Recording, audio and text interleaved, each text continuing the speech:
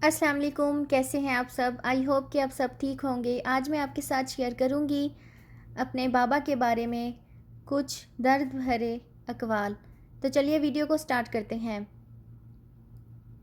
यतीमी साथ लाती है ज़माने भर के रंजो गम, सुना है बाप जिंदा हो तो कांटा भी नहीं चुभता। यकीन करें, बाप दुनिया का वो वाहिद शख्स है जो खुद से भी ज़्यादा आपको कामयाब देखना चाहता है। बाप एक ऐसा क्रेडिट कार्ड है जिनके पास बैलेंस ना होते हुए भी हमारे ख्वाब पूरे करने की कोशिश करता है। अज़ीज़ तर वो मुझे रखता था रगे जान से, ये बात सच है, मेरा बाप कम न था मेरी माँ से। दुनिया की खूबसूरत तरीन छत बाप है।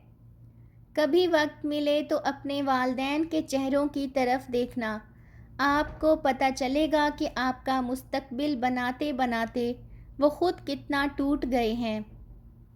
ज़िंदगी की कहानी का सबसे मुश्किल किरदार बाप है और ये ज़िम्मेदारी को बाप के सिवा कोई नहीं निभा सकता। मुफ्त में सिर्फ माँ बाप का प्यार मिलता है, इसके बाद दुनिया में हर रिश्ते के लिए कुछ न कुछ चुकाना पड़ता है। बाप की दौलत ये घमंड करने का क्या मज़ा।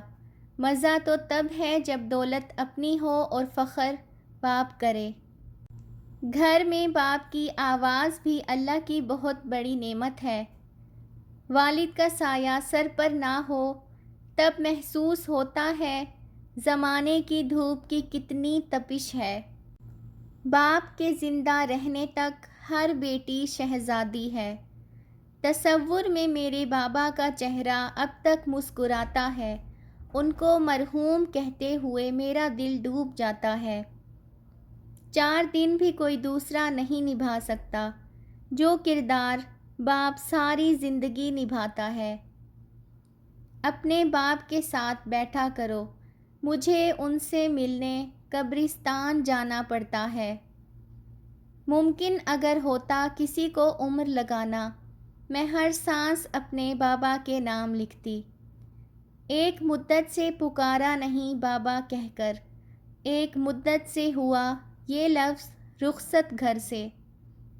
मुझे कब्रों से डर नहीं लगता, मेरे बाबा वहीं रहते हैं। मुझसे मांगो मिसाल हादिसों की, मैंने अपने बाबा को जाते देखा है। अपने वालिद की आवाज़ पर भाग कर जाया करो, मेरे कान तरस गए उनकी आवाज़ में अपना नाम सुनने के लिए। आई होप कि आपको आज की मेरी ये वीडियो अच्छी लगी होगी, तो चैनल को सब्सक्राइब करना बिल्कुल भी मत भूलिएगा।